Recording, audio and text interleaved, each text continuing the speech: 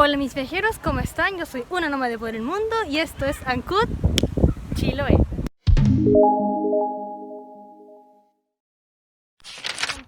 El día de hoy nos encontramos en este lugar porque aquí fue donde comenzó todo, señores. Aquí fue donde comenzó todo. ¿No entienden a lo que me refiero? Bueno, no se preocupen porque aquí les voy a explicar todo. Acompáñenme y veamos de qué estoy hablando. Pero nómade, ¿a qué te refieres con que todo comenzó aquí? Sí, porque aquí estamos, como dije anteriormente, en el Polvorín, o como se llamaba en su tiempo, el Fuerte Real San Antonio. Aquí fue donde nació la ciudad que hoy en día conocemos como Ancud, pero que en su momento se llamaba Villa San Carlos. ¿Cómo fue que empezó todo? Bueno, el origen de esta ciudad ni siquiera tiene que ver con Latinoamérica. ¿A qué me refiero? Todo comenzó en Europa. Un poco de contexto.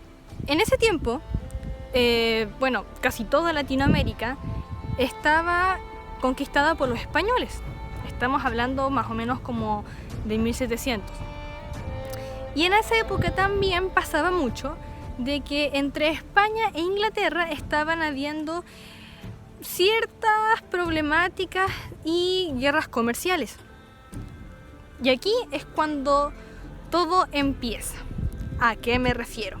Resulta que al sur del mundo se encuentra algo que se llama Estrecho de Magallanes, que por aquel entonces era una ruta que valía oro si eras comerciante. Y como en ese tiempo España tenía su poder en todo lo que era Latinoamérica, se podría decir que España era el amo y señor de toda aquella riqueza económica que conllevaba poseer el Estrecho de Magallanes. Bueno, ¿qué pasa? Resulta que a los ingleses también les gustaba todo esto del poder y querían también sus riquezas económicas. ¿Y qué pasó? Resulta que desde el Estrecho de Magallanes hacia arriba, si ustedes suben hacia el norte, hay un terreno que es un archipiélago que se llama Archipiélago de Chiloé. Y esa es la entrada al Estrecho de Magallanes, por lo cual es sumamente importante, estratégicamente hablando, por supuesto. Y eso empezó a ser un coqueteo para los ingleses que querían, en el fondo, conquistar Chiloé para apoderarse fácilmente del Estrecho de Magallanes y, por supuesto, ahí también tener mucha riqueza. Los españoles sabían esto y ellos, por supuesto, que en lo que se trataba a su patio trasero no iban a permitir por nada del mundo que los ingleses tocaran estas tierras. Entonces, ¿qué fue lo que hicieron? Resulta que por esa época había un caballero, un señor, llamado Manuel Amat y Junyent, quien era el virrey del Perú. Y esta persona dijo, ¿saben qué, chiquillos? Vamos a defender estas tierras porque estas tierras son de españoles y españoles se van a quedar. ¿Y qué fue lo que hizo? Bueno, lo que él quería hacer era una serie de fortificaciones, pero al norte de Chiloé. ¿Por qué al norte? Porque si tú sigues subiendo en el mapa, hay una ciudad que se llama Valdivia, que en Valdivia no como tal, pero sí en los alrededores, en lo que hoy es Corral y Niebla, había fortificaciones. Entonces, ¿cuál era la idea? Estas fortificaciones que el virrey del Perú quería poner, quería que miraran en cierto punto hacia lo que era Valdivia. ¿Para qué? Por si llegaban, defenderlos de Valdivia o si no, desde Chiloé, y así que ambas fortificaciones estuvieran en cierto punto conectadas y comunicadas. Y aquí es cuando aparece un personaje llamado Carlos de Berenguer. Pero no, madre, ¿quién es Carlos de Berenguer? Bueno, en ese tiempo este personaje era un gobernador político-militar que él le dijo al virrey, ¿sabes qué, amigo? Tranquilo, déjamelo a mí. Y él, después de una serie de estudios, diseñó en un mapa un fuerte, al cual llamó el Fuerte Real de San Carlos. Y muy cerca del fuerte diseñó una villa, que era la Villa de San Carlos. ¿Qué tenían con el nombre Carlos? No me pregunten porque yo no sé. Pero la gente aquí claramente no es original. Bueno, resulta que hoy en día lo que es el fuerte de San Carlos, como dije anteriormente, es lo que hoy se conoce como el Polvorín, que es donde estamos aquí. y lo que es la villa de San Carlos es lo que hoy se conoce como Ancud. Y así fue como en el año 1788 comenzaron oficialmente la construcción tanto del Fuerte Real como de la villa. Bueno, resulta que fue tanto el éxito de este diseño que la villa fue creciendo y terminó teniendo una población cívico-militar. ¿Por qué cívico-militar? Bueno, en lo que respecta a lo militar, empezó a llegar gente de un lugar que se llama San Antonio de Chacao, que hoy en día se llama Chacao, que es la entrada a Chiloé. Y también gente que en realidad eran civiles, que eran familias españolas que venían de Castro, que aunque no me crean, esas familias tenían su casa acá en lo que hoy es Ancud. Era su casa de veraneo. Ellos vivían en Castro y cuando llegaba el verano, ellos lo que hacían era que se venían a la villa de San Carlos a pasar el verano.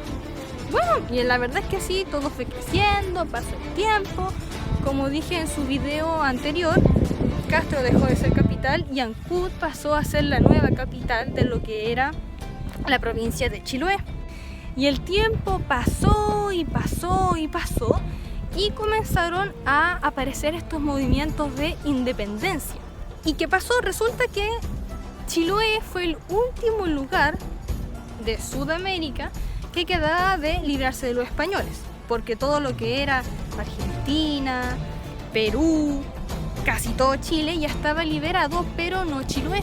Y en lo que ese tiempo eran las grandes figuras independentistas de aquellos países, José de San Martín en Argentina y Simón Bolívar en Venezuela, le empezaron a decir a las figuras de independencia de acá de Chile: oye, hermano, ya, pues, o sea, el tiempo está pasando, nosotros hemos estado haciendo nuestra parte, pero nuestro trabajo no sirve absolutamente de nada si ustedes nos sacan a los españoles de aquí de Chiloé. Así que, hermano, ustedes o lo sacan ustedes o lo sacamos nosotros. Con buenas palabras, quien no entiende, por supuesto, siempre, ¿no? Así que los chilenos empezaron a hacer sus respectivas estrategias para liberar a Chiloé de lo que era España. La primera estrategia fue en el año 1820 y junto con este año llegaron dos personas. La primera era un personaje llamado Lord Cochrane y el otro era un personaje llamado William Miller, o también llamado Guillermo Miller. ¿Y cuál es la historia de estos personajes, nómades? Bueno, a muy grandes rasgos, porque así como que bruto, que importante, estos personajes no son, pero sí son parte de, así que una pequeña descripción de ellos es la siguiente. Lord Thomas Alexander Cochrane fue un aristócrata británico que participó en la Marina, donde sirvió a su país en el Mediterráneo.